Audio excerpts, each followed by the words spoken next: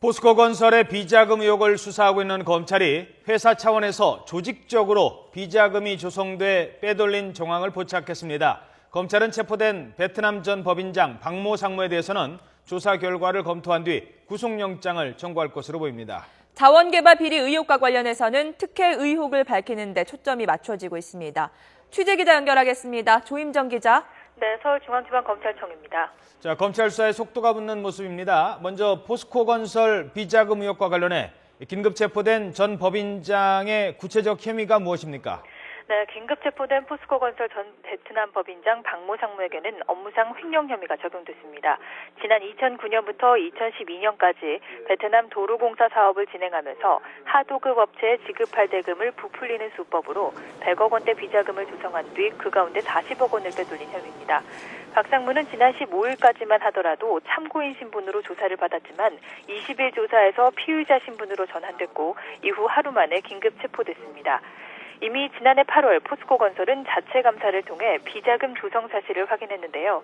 다만 현지 관행대로 100억 원 전액을 베트남 현지 리베이트로 썼다고 보고 자체 징계를 내린 뒤 사건을 덮었습니다. 검찰은 오늘 중으로 박 상무에 대한 구속영장을 청구할 방침을 세운 것으로 전해졌습니다. 네, 이 박모 상무의 경우만 보더라도 검찰 수사가 상당히 빠르게 진행된다는 느낌인데요. 앞으로의 수사는 어떻게 진행될까요? 네, 검찰은 박 상무가 40억 원이라는 큰 돈을 모두 개인적으로 사용하지는 않았을 것으로 보고 있습니다. 검찰은 포스코건설의 자체 감사 조사 결과와는 달리 현지에서 조성한 비자금 가운데 일부가 국내로 유입된 정황도 포착한 것으로 전해졌습니다. 특히 검찰은 이 과정에서 정동화 전 포스코건설 부회장과 정준양 전 포스코 회장이 개입했을 가능성이 있는 것으로 의심하고 있습니다. 우선 검찰은 이번 주 안에 정 전 부회장을 불러 조사할 계획인 것으로 전해졌습니다. 이와 별도로 포스코가 부실 기업들을 시가보다 높은 가격에 매입했다는 의혹에 대해서도 수사가 진행되고 있는데요.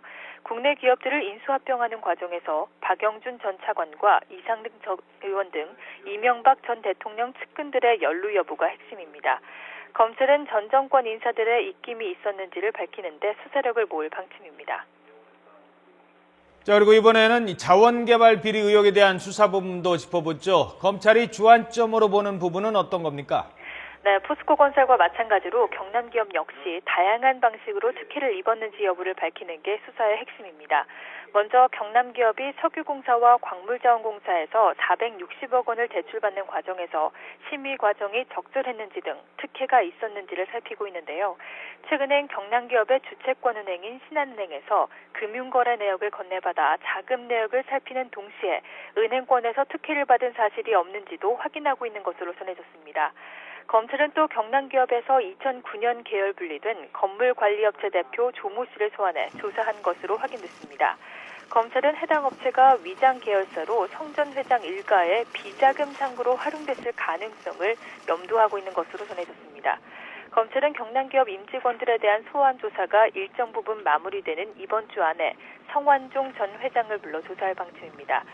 또 석유공사와 광물자원공사 관계자들도 무더기 소환 조사를 받을 것으로 예상됩니다. 지금까지 서울중앙지방검찰청에서 YTN 조임정입니다.